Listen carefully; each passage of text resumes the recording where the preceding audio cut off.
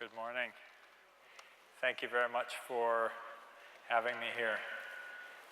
I'm trust they can put up my slides on the monitor down here so I can see what's happening. Yes, no? Well, I may have to look back up there until they put them on the monitors. I'm here this morning to give you some thoughts about the future of the internet and particularly about the future of media. I'm going to start out, though, by talking a little bit about my company, which is a media company. We started out as a computer book publisher. Many of you in the technology industry have used our books. But we've also moved very aggressively into the world of ebooks. So when you go to O'Reilly.com, you will see our books are offered in print in a variety of online formats. Many years ago, we began working on a series of tools that allowed us to publish in any format from the same source files.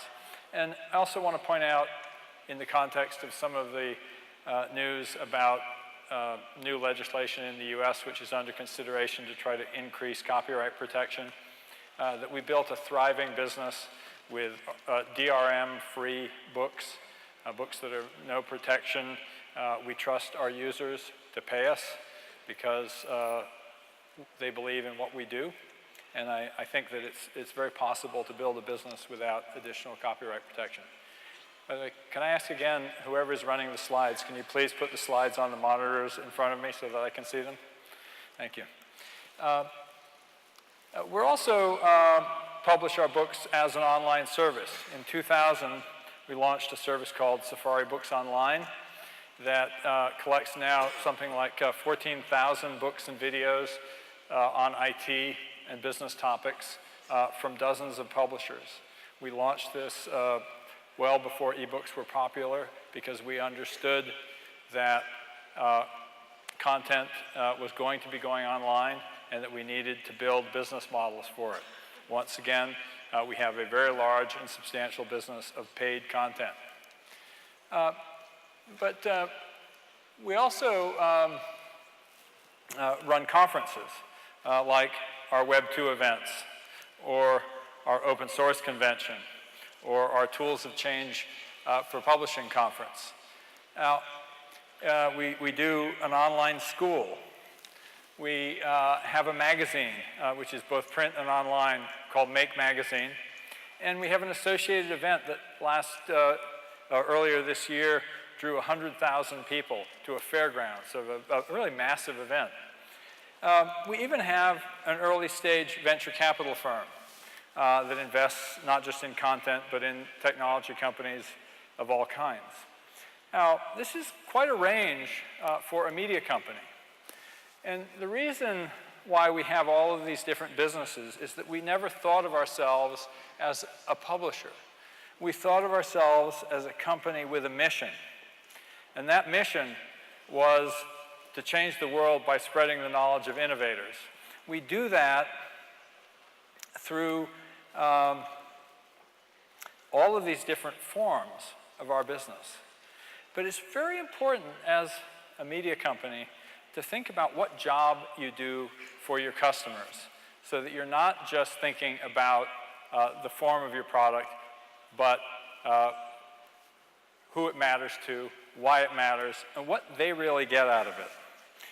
There's a wonderful quotation from Steve Jobs where he talked about design. And he said, in most people's vocabularies, design means veneer. It's interior decorating. It's the fabric of the curtains and the sofa. But to me, design is the fundamental soul of a man-made creation that ends up expressing itself in the successive outer layers of the product or service. Think about that for a moment. If you really understand what you're doing for your customers, you may express it in very, very different ways. So when you think about the future of media, I want to present you with a provocative image. All right? This was once a book. What do I mean by that? This, by the way, is the Google autonomous vehicle, the car that drives itself without a driver. Why do I say it was once a book? Well, it used to be that we had maps that were printed media. We maybe collected them into a book like an atlas. And then we figured out how to take them online. We had this great experience when Google Maps came out in 2005 of being able to pan and zoom and scroll around on the map. It was very exciting. We were able to put all these additional layers online, became much more local. We also saw the explosion of new services that gave us location-specific information, like this site that I use to help book my holiday that I'm taking after I speak here at this conference.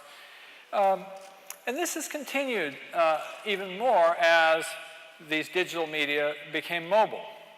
If you look at maps on a mobile phone, you realize just how much more powerful the media has become as there's less and less of it. Now the phone is context aware. It knows where you are, so it can show you even the images of the streets that you're driving down as you go. And obviously you can find all kinds of additional information.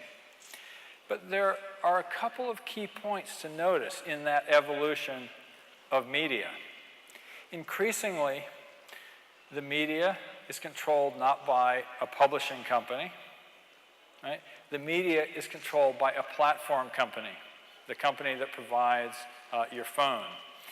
The content disappears into a service. And we see that ultimate expression of that disappearance into a service in a futuristic concept like a self-driving car. You're no longer consuming the media. You're no longer looking at the map because your car knows where you want to go. And we see this also with new technology like Apple's Siri. Siri was originally described as a do engine as opposed to a search engine. That is, you no longer consume content, you simply ask the program to do things for you. Make me a restaurant reservation. Find me the next train.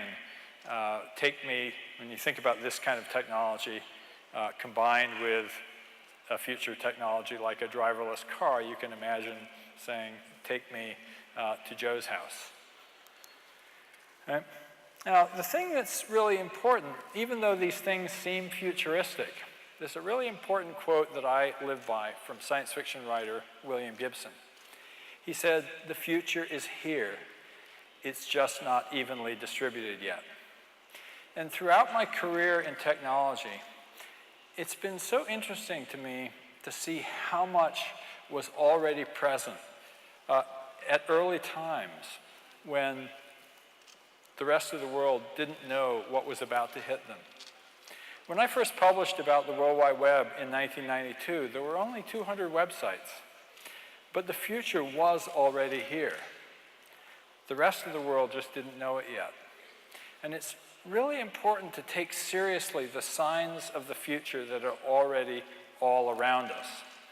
And one of these biggest areas that you can see right now is the way that content is disappearing into services that are driven by mobile technology.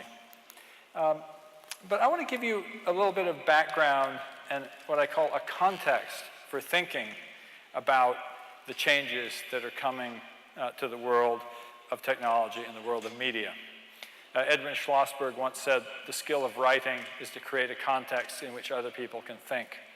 And that's what I'm trying to do here, to give you a context for understanding the signs of the future that you can see all around us. Now, to start with, back in 2002, I ran a conference called Building the Internet Operating System. The idea that the internet was on its way to becoming the platform that would support future applications. It was a controversial idea at first.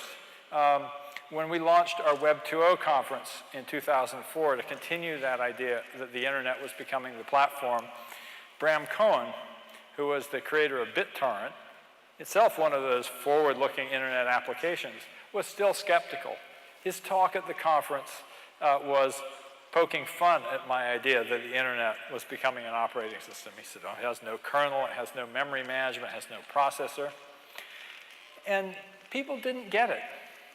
I gave a series of talks at this time about the way the internet was changing. But it's now pretty clear that I was right.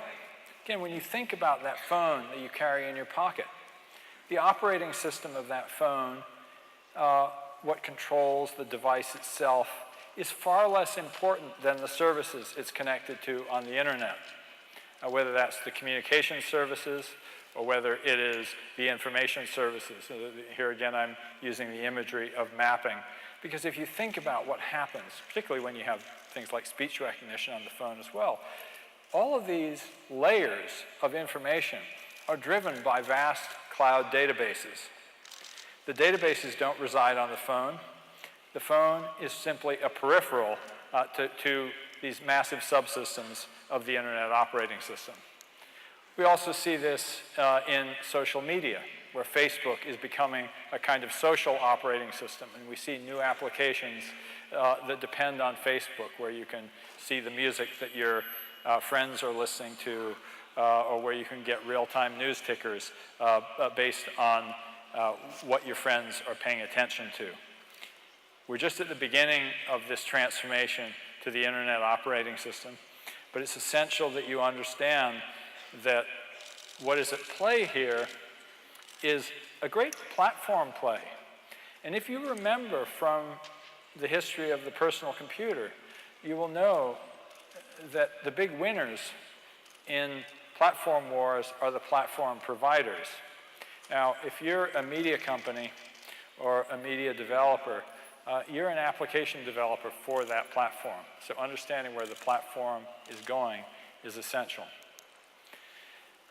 So I want to talk a little bit about what's next. Ever since people saw the name Web 2.0, they thought it was a version number, and they said, well, what's Web 3.0? Well, I should start by saying that Web 2.0 was never meant as a version number. It was instead a statement about the fact that the internet was going to come back after the dot-com bust. And of course it did. But people often ask if Web 3.0, so to speak, is the semantic web. And whenever people have asked me about it, I've said, no, it's the sensor web.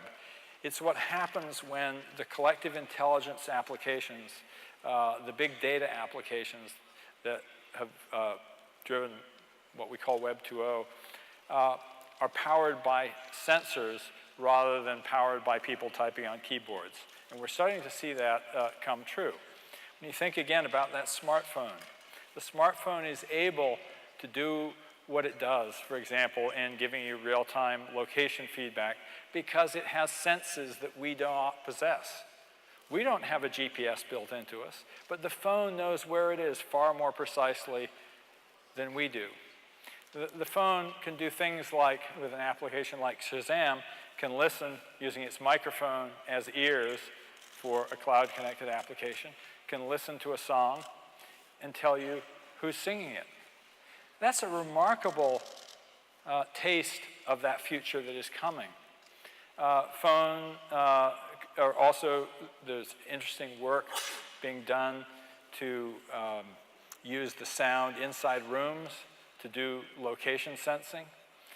You can easily imagine a future where your phone or your car or your other devices recognize your voice, not just what you say, but who you are. But what's really important in using this Shazam example is the combination of the sensor and what you call a machine learning database. There's AI on the back end that's figuring out what is that song and then mapping it to a database that says, oh, okay, I know what that is. This is also happening in an area that is being called the quantified self. There are all kinds of devices now that are connected to the internet. There's scales, things like a Fitbit that measures how many steps you take. I'm carrying one in my pocket now. And these are all synced to the internet. There are also applications like Runkeeper that do this with smartphones. Also in that image, I have an iPhone-connected glucose meter, which is the first medical device in the US that's approved by the Food and Drug Administration to actually be used. You know, there's work being done at companies like Qualcomm to build sort of a layer for connecting all of these sensors that we've been carrying on our bodies through our phones into the internet. We're at the beginning of a really, really interesting future where sensors are collecting information from us far beyond what they do today, building vast databases from which applications will be able to generate meaning and deliver powerful new services. Now, in that area, there's an important concept to think about that I think Apple first demonstrated really well with the iPod. Now, it was actually someone at Microsoft who crystallized this idea. He wrote a paper where he talked about the value of software above the level of a single device as being a key characteristic of the internet era. But think back to that original iPod, which I've got pictured there on the slide.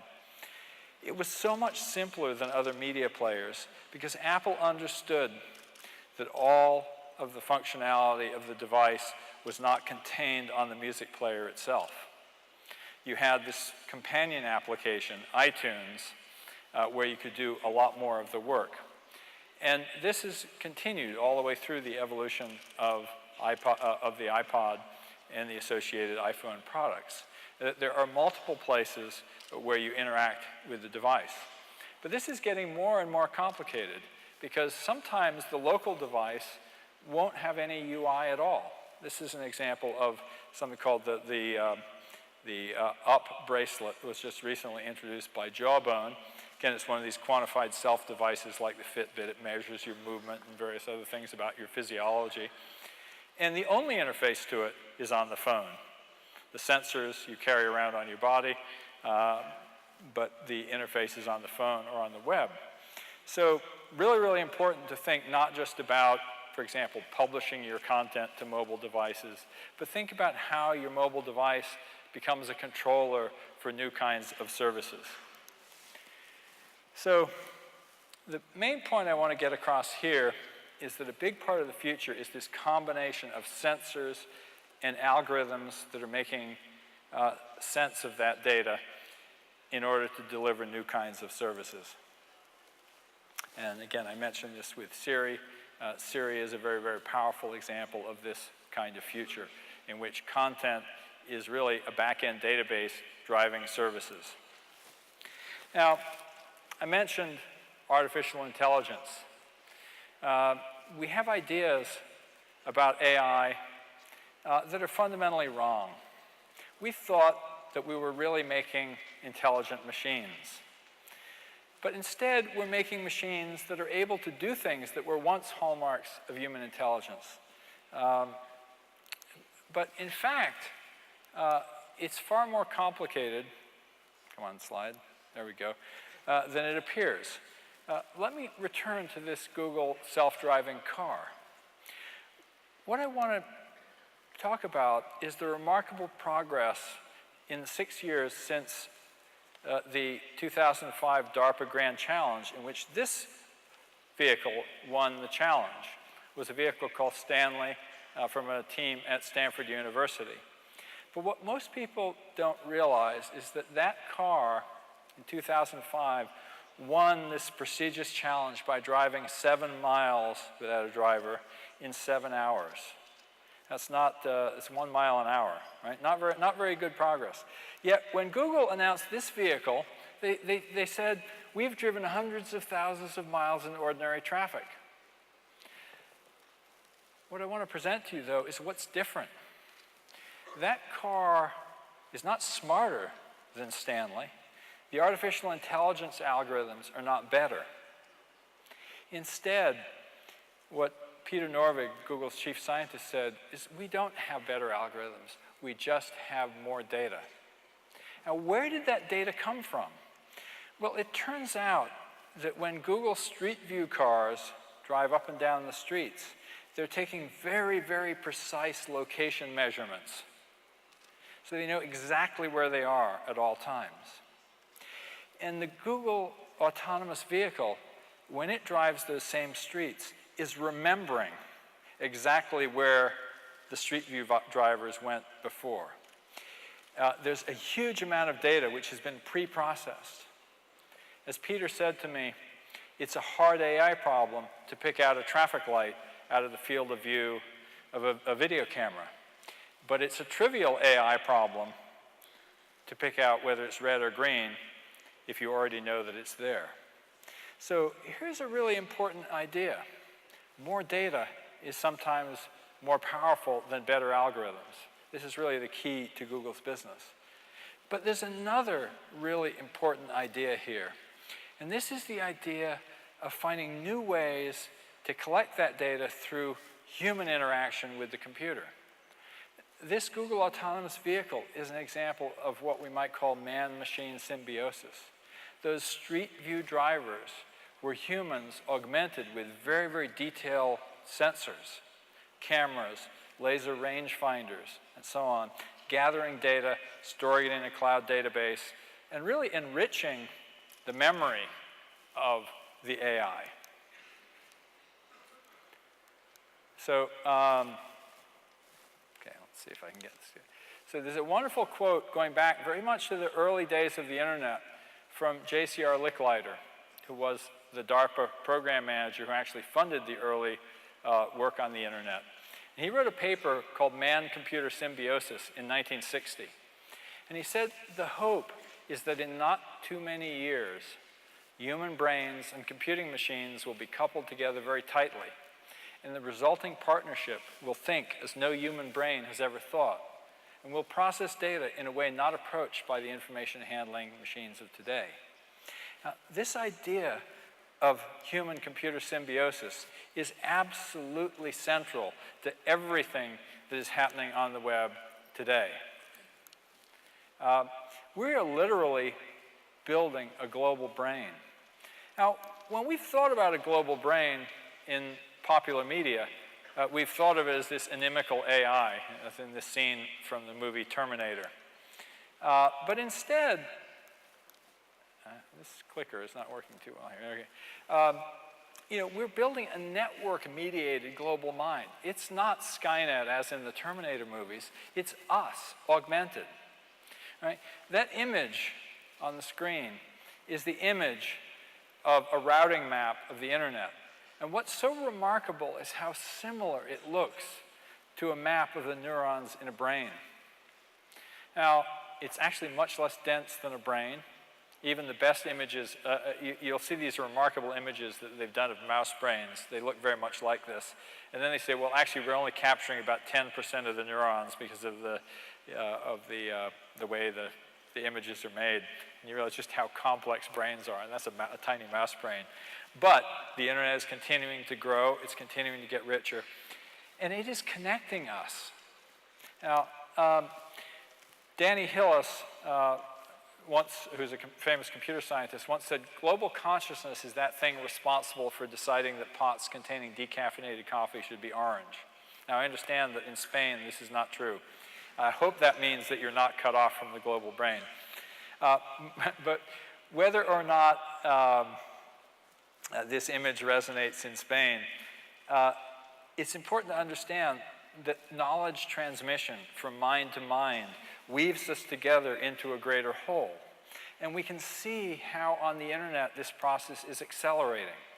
When you are on Twitter and you do a real-time search, so here, for example, I'm searching for the hashtag for Occupy Wall Street, you get instant news. And for example, between the time I did the search and the time I took the screenshot, there were 40 new tweets, people coming in reporting on that news from my social network.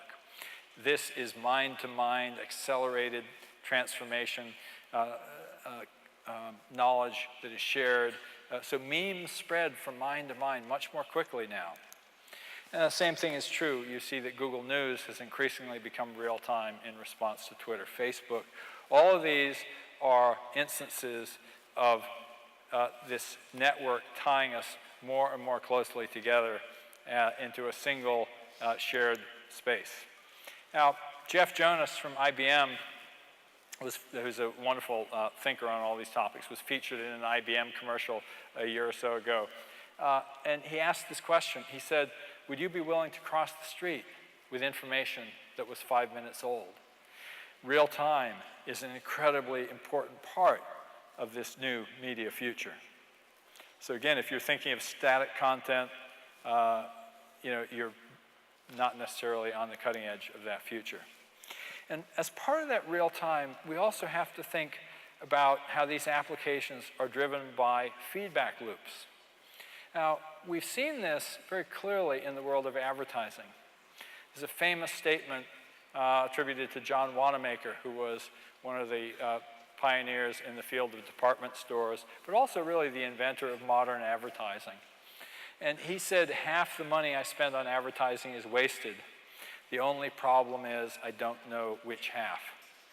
Now, this is true in every field today, not just from advertising, but think about medicine, think about government programs.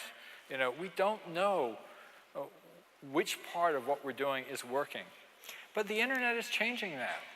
When you think about the transformation in advertising from pay for impressions, display advertising, to pay per click, you realize that we're starting to have real-time feedback loops in advertising where you're able to tell, oh yes, that one worked, that one did not. That's part of this global consciousness engine working. Again, humans clicking on ads, actually creating a feedback loop to the algorithms that will then show better ads.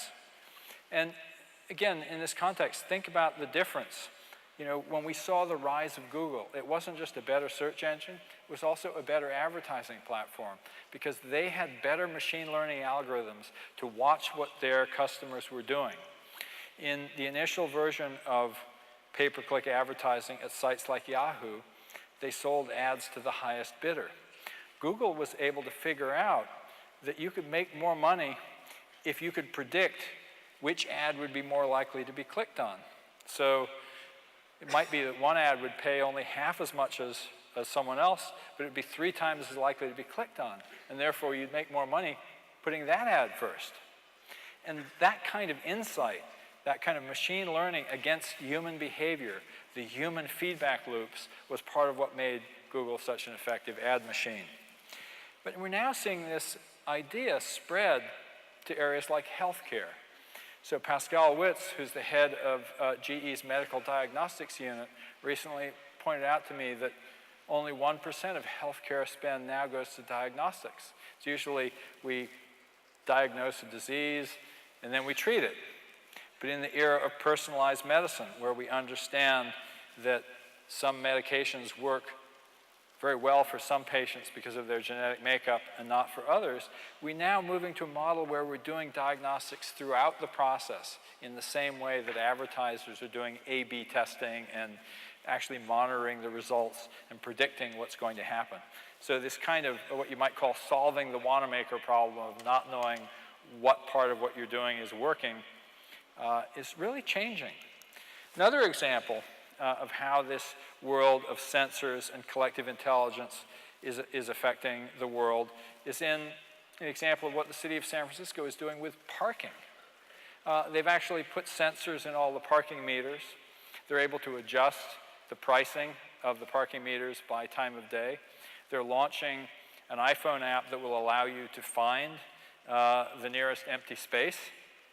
And they're actually adjusting the price in order to drive the number of empty spaces to reduce the number of people who are driving around looking for parking. So this is a smart city program, again with feedback loops, measurement, and intelligence in the system. And you can, of course, imagine the future in which you have your car, which is smart and knows how to drive by itself, and it queries the city and says, where's the nearest parking space? And your car drops you off and then goes and parks. So all of this is made possible through a series of technologies that have collectively come to be known as data science. This is everything from big data technologies like Hadoop to machine learning and algorithms.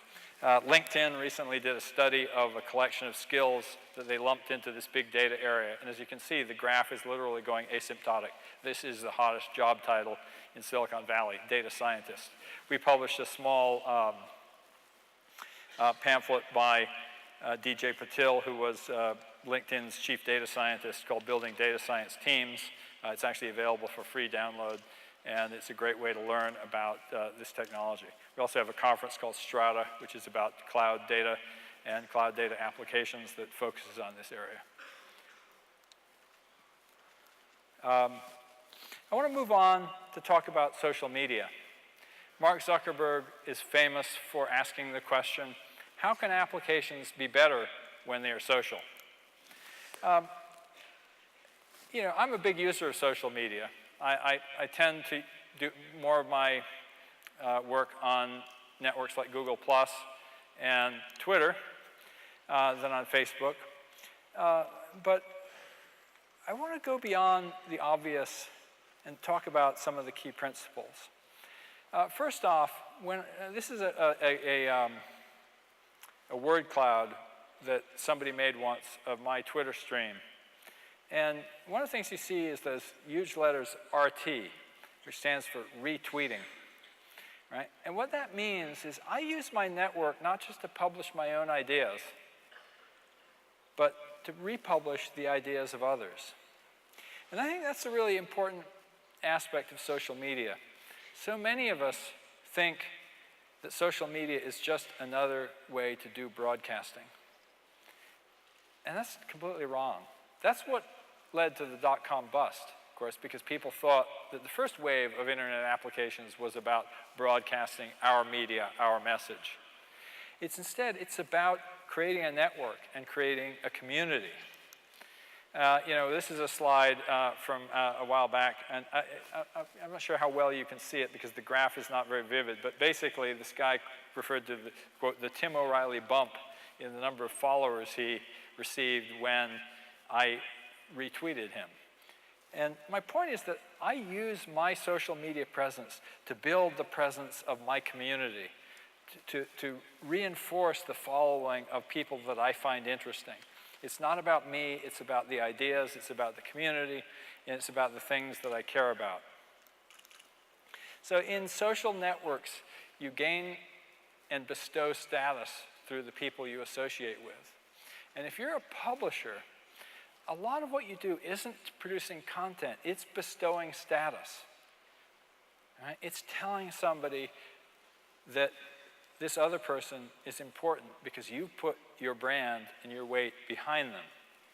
But if you only pay attention to yourself and your brand, you're much less valuable. You don't learn from your readers, you don't learn from your community, and you don't tie people together to you because you're useful to them. You amplify their voice. I want to also talk a little bit about something else that Mark Zuckerberg said. He said, people tell me it's great that you, i.e. Facebook, played such a big role in the Arab Spring, but it's also kind of scary because you enable all this sharing and you collect information on people.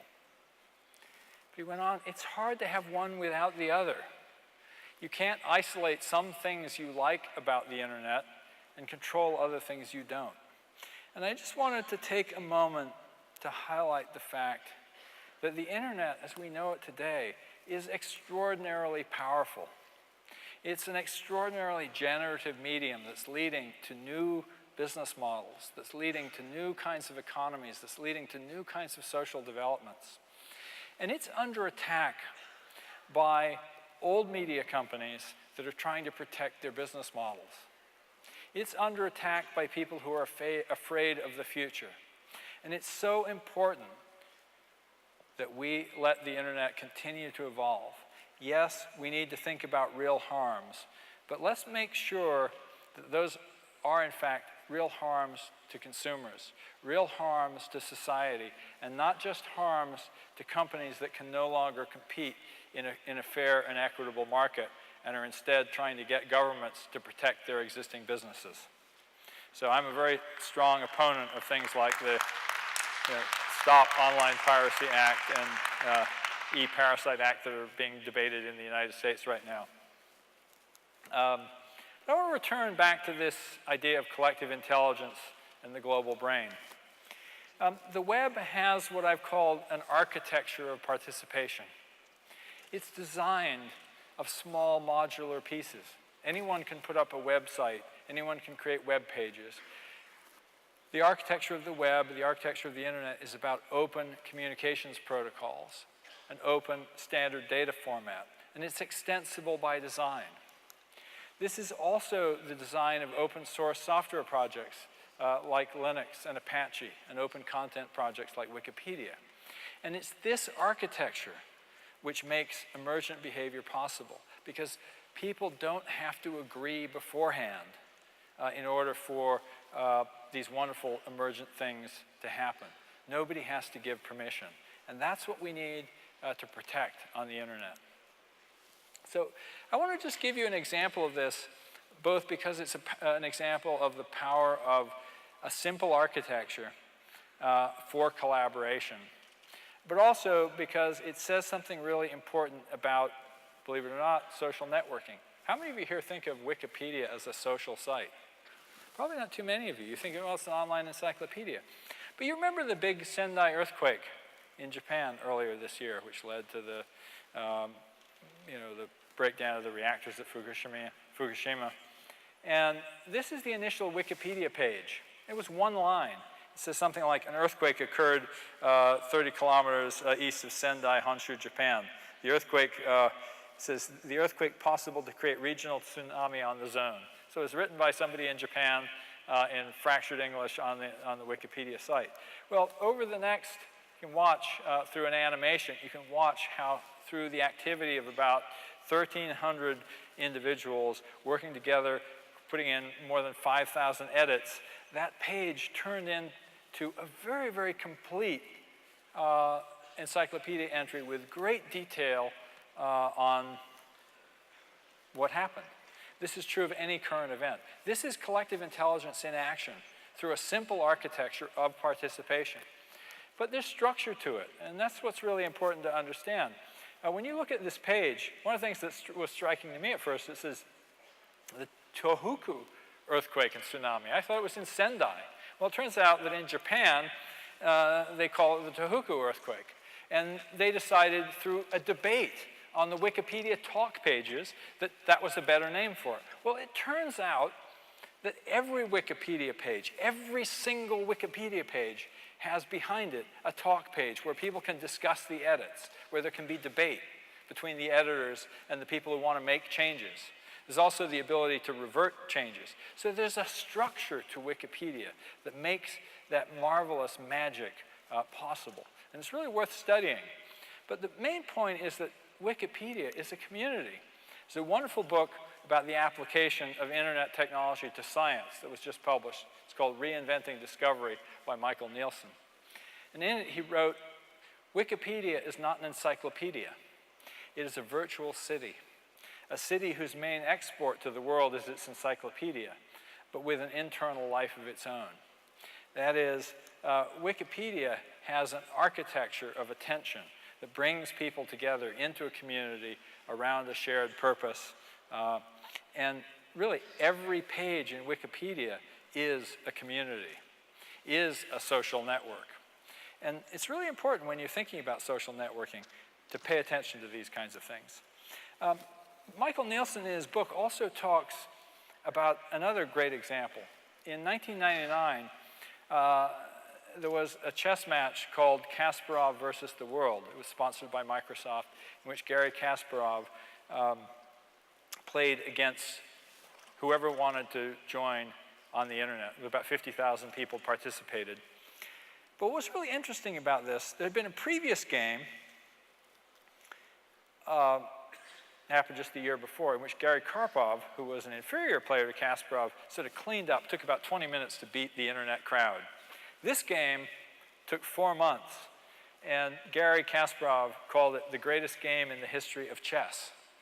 So arguably the world's greatest chess player ever said his greatest opponent, this is at least before he played Deep Blue, the IBM supercomputer, was a crowd. But what was really interesting and what Michael Nielsen analyzes in his book is why this game was so different from the first game. It was that the crowd was organized in the way that Wikipedia is organized, with communities. There were actually moderators, and there was persuasion and discussion before each move came to a vote, as opposed to just quick instant voting, which they've done in the Karpov versus the World game. And the book focuses in particular on what happened in Move 10. One of the moderators was a young American master named Irina Krush. And she had actually proposed, not long before the game occurred, that there was a move that had never been played in any of the published chess games that was very provocative. She thought it ought to be tried. And it turned out this came up in the game. And she was able to persuade the community to vote to let her play that move against Kasparov. It was extremely challenging for him. And the point that Michael Nielsen makes in the book, he says, Kasparov was a superior player to Irina Krush in every respect except one. And that was in the deep thought that she had given to this one move. Right? And so he really talked about the way that social networks allow us to harness micro expertise from individuals who care about very specific topics. And we see this also in initiatives like we've seen in the US with open government. There's a site called We the People that's really starting to get a little bit more nuance. The first attempts at open government and citizen participation in the US were like that Karpov versus the World game. It's like open to all comers. They've now, on this site, they've done something that's very clever. Anybody can propose a petition to the White House. But in order for it to appear publicly, you first have to gather at least 500 signatures from your friends to know that there are enough people who care about it for it then to be shared more widely. And then your petition has to attract at least 25,000 signatures from people on the internet. And at that point, the White House guarantees that they will actually give you a response. They don't necessarily mean they will do what you say, but they will actually officially respond to this petition. So they're starting to build structure and intelligence into the process in the way that Kasparov versus the World built structure and intelligence into this crowd chess-playing game versus the earlier one, which was just done primitively. Here's a little bit more. We have 40, at that point there were 42,000 signatures about stopping the E-Parasite Act and so on. Good idea. Again, this is a month into the project. They'd had more than 1 million people participate. That's, again, very impressive. But I want to move on to another area. I want to talk about my business, the media business, and how we're trying to figure out how to do participatory publishing. Again, when you think about social media and participation, you say, well, I'm trying to get, sure, I have 1.5 million followers on Twitter. But I'll tell you, the people who are working on this book may have more of an economic impact on my business, or projects like it. We've built an infrastructure that allows people to collaborate on developing books online in the same way that they collaborate on developing open source code. And so, for example, this book on a technology called CouchDB is built online using this tool. And you can see, for example, it says, okay, read it in English, Deutsch, Français. And actually, there's just a Spanish translation just got started. These translations are started by community of people online, not by us.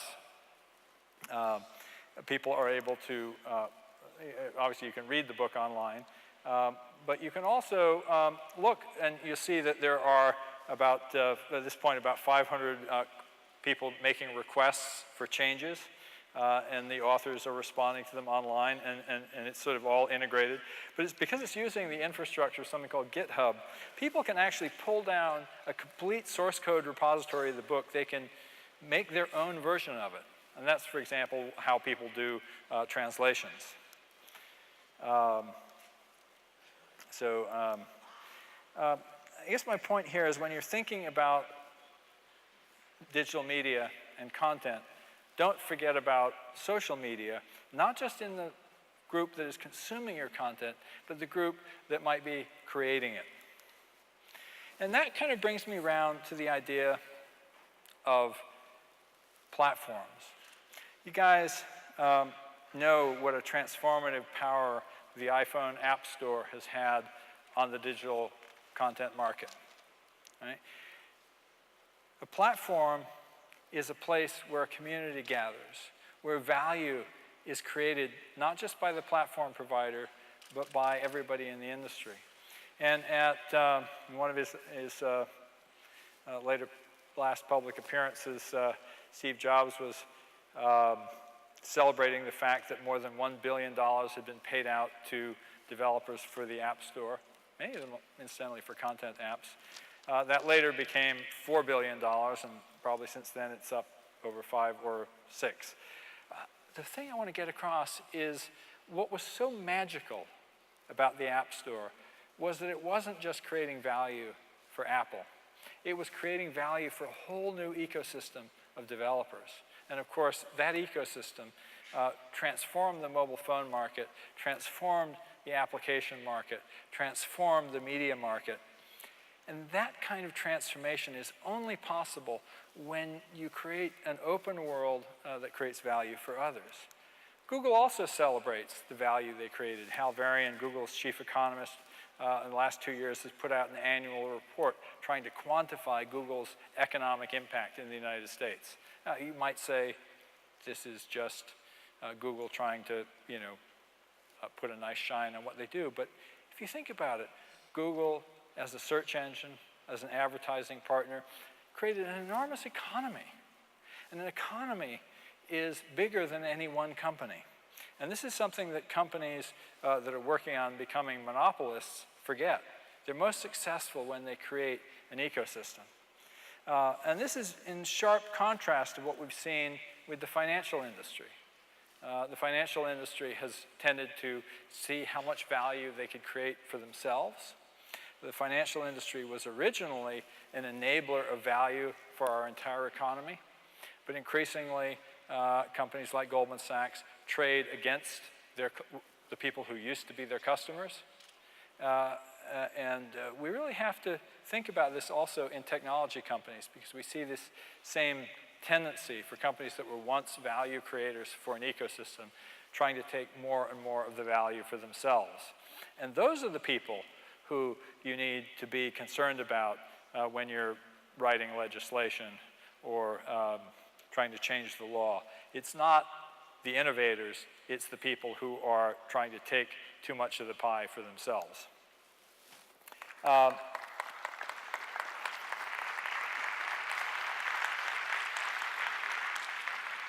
And I just want to kind of give a small personal anecdote in this area, again, going back to Safari Books Online. When we launched that in 2000, we looked at it, we said, gee, we could do this ourselves. It gives us competitive advantage. But the more we thought about it, the more we realized that if an ebook service was really going to work, it should work for everybody. So we reached out to our biggest competitor, invited them in as a partner, because we thought it'll be more valuable to consumers if there's more content in it. It'll be more valuable to publishers if we can teach more people that there are valid paid content business models online. We can build an ecosystem of value for digital content. And because we took that generous approach, we built not only a great business for ourselves, but we also built a great new business model for other people in the industry. And I want to kind of talk a little bit about somebody who did this once before, even more aggressively than anyone we've seen today. When we think about Henry Ford and the early days of the automobile industry, it's easy to focus on the product, the Model T Ford. It's easy to focus on the business process, the assembly line. These were enormous innovations. But what people forget is that Henry Ford also invented the 40-hour work week. He invented the weekend. He paid his workers wages above the prevailing wages of the time. He created our consumer culture because he realized that people needed to have a certain standard of living in order to afford his product. Now that is systems thinking. You contrast that with companies that are just out to make money for themselves, and you think, wow, how could we be better at thinking about the impact of our product on the world? What are all the pieces that will make it work? And it's so important as we think about the future of the internet to take that idea that we're building an ecosystem of value.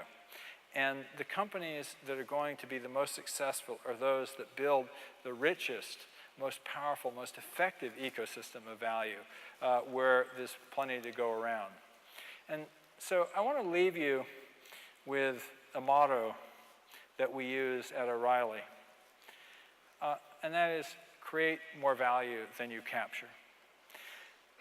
So much of what we see in industry is the goal of trying to capture as much value for yourself, for your company, as possible. And it's far more important to think about how much value you create, not just for yourself, but for society, for your competitors even, but most certainly for your customers. And it's so important as you do that to build a future that will be good, not just for yourself, but for everyone. Thank you.